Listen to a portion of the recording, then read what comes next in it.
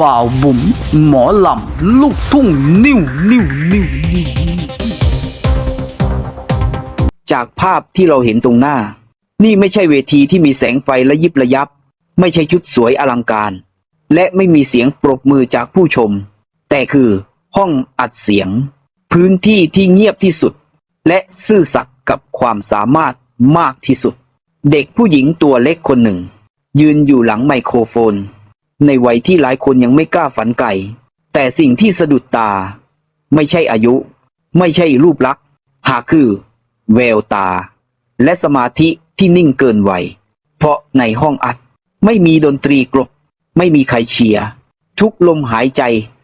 ทุกอารมณ์จะถูกบันทึกไว้ทั้งหมดและเด็กคนนี้เลือกจะก้าวเข้ามาด้วยความกล้าด้วยความตั้งใจและด้วยหัวใจของคนที่จริงจังกับคำว่าศิลปินนี่ไม่ใช่แค่การอัดเสียงเพลงหนึ่งเพลงแต่มันคือจุดเริ่มต้นของการพิสูจน์ตัวเองว่าบางครั้งเสียงที่ทรงพลังที่สุดอาจไม่ได้ดังจากเวทีใหญ่แต่ดังออกมาจากความเงียบและจากตรงนี้เองเรื่องราวของน้องธิดาลาวกำลังจะพาคุณไปเห็นอนาคตที่ไกลกว่าที่ใครหลายคนเคยคิดไว้จากภาพที่เราเห็นตรงหน้านี่ไม่ใช่ภาพบนเวทีที่มีแสงไฟระยิบระยับไม่ใช่ชุดสวยอลังการแต่เป็นห้องอัดเสียงที่เงียบเรียบและจริงที่สุดน้องธิดาลาวยืนอยู่หลังไมโครโฟนในวัยที่ยังเล็กมากเมื่อเทียบกับมาตรฐานศิลปินอาชีพแต่สิ่งที่สะดุดตาที่สุดไม่ใช่อายุคือแววตาและสมาธิการเข้าห้องอัดคือบททดสอบที่โหดกว่าการร้องบนเวทีเพราะไม่มีดนตรีกลบไม่มีคนเชียร์ทุกลมหายใจทุกเสียงสั่นถูกบันทึกไว้หมดเด็กอายุเท่านี้กล้าก้าวเข้ามาในพื้นที่แบบนี้สะท้อนให้เห็นถึงความกล้าความตั้งใจและความจริงจังต่อเส้นทางศิลปินอย่างแท้จริงกลอนรำสงครามกับความรักไม่ใช่เพลงง่ายกลอนรำสงครามกับความรักไม่ใช่เพลงที่ร้องเพราะอย่างเดียวแล้วจะจบแต่ต้องใช้อารมณ์การเล่าเรื่องน้ำหนักเสียงความเข้าใจเนื้อหาเพลงนี้มีทั้งความเข้มแข็งของคำว่าสงครามและความอ่อนโยนของคำว่าความรักซึ่งเป็นอารมณ์ที่ขัดแย้งกันโดยสิ้นเชิงสิ่งที่น่าทึ่งคือน้องธิดาลาวสามารถถ่ายทอดอารมณ์เหล่านี้ออกมาได้ทั้งที่อายุยังน้อยมากเสียงของน้องไม่ได้แค่ร้องตามโน้ตแต่มีการเว้นจังหวะเน้นคำทรงอารมณ์ในท่อนสำคัญนี่คือสิ่งที่ศิลปินหลายคนต้องใช้เวลาเรียนรู้เป็นปีแต่น้องกลับทำได้ตั้งแต่ยังเด็ก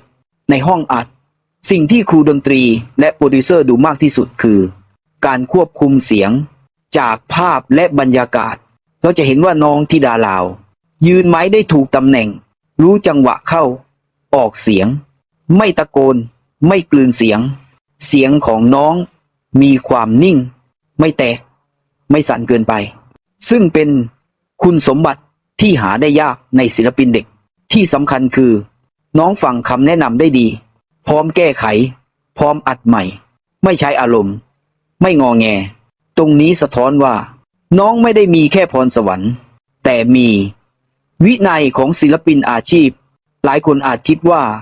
เด็กขนาดนี้จะเข้าใจเพลงลึกซึ้งได้แค่ไหนแต่ความจริงคือการถ่ายทอดอารมณ์ไม่ได้วัดจากอายุอย่างเดียวแต่วัดจากประสบการณ์ชีวิตความอ่อนไหวทางอารมณ์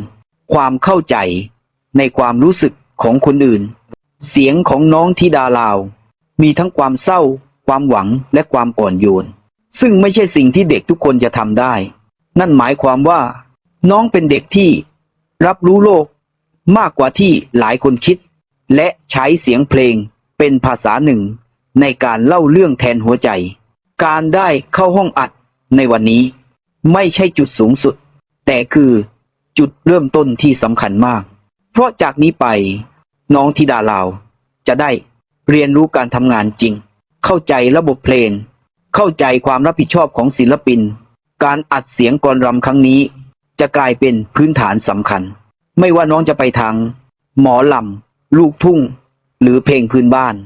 นี่คือก้าวเล็กๆแต่ แต่มั่นคงและมีคุณภาพ สิ่งหนึ่งที่ไม่พูดถึงไม่ได้คือกำลังใจจากคนรอบข้างจากคอมเมนต์และกระแสตอบรับหลายคนพูดเป็นเสียงเดียวกันว่ายิ้มของน้องเสียงของน้องทำให้คนฟังรู้สึกอบอุ่น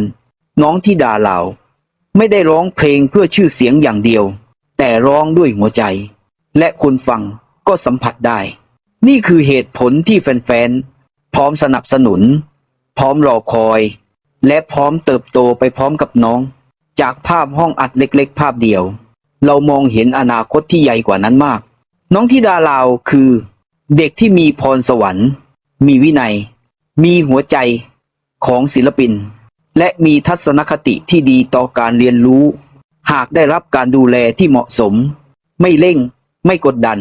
แต่ค่อยๆประคองเชื่อได้เลยว่าเสียงของน้องจะไม่หยุดอยู่แค่ในห้องอัดแต่จะเดินทางไปไกลถึงหัวใจของผู้ฟังอีกมากมายในอนาคตและเมื่อประตูห้องอัดค่อยๆปิดลงความเงียบก็กลับมาทำหน้าที่ของมันอีกครั้งแต่สิ่งที่ไม่เงียบคือความตั้งใจของเด็กผู้หญิงคนหนึ่งที่เลือกจะยืนอยู่ตรงนั้นไม่ใช่เพราะใครสั่งไม่ใช่เพราะกระแสแต่เพราะเธอรู้ว่าความฝันของตัวเองมีค่าพอที่จะรักษาห้องอัดเสียงอาจไม่มีแสงไฟไม่มีเสียงปรบมือแต่ทุกโน้ตที่ถูกบันทึกคือความจริงล้วนๆของตัวตนไม่มีสิ่งใดปิดบังได้และถ้าวันหนึ่งเสียงของเด็กคนนี้ได้ดังก้องไปบนเวทีใหญ่ขอให้ทุกคนจำไว้ว่าก่อนจะมีวันนั้นเธอเคยยืนอยู่ในความเงียบและซื่อสัตย์กับเสียงของตัวเองมาก่อนนี่คือจุดเริ่มต้นไม่ใช่จุดจบและจากห้องอัดเล็กๆแห่งนี้น้องธิดาลาวกำลังเริ่มเขียนเรื่องราวของอนาคตด้วยเสียงที่มาจากหัวใจของเธอเองสุดท้ายนี้ถ้าคุณชอบคลิปนี้ก็อย่าลืมกดไลค์กดแชร์กด Subscribe เพื่อเป็นกำลังใจให้กับทีมงานเราด้วยนะครับ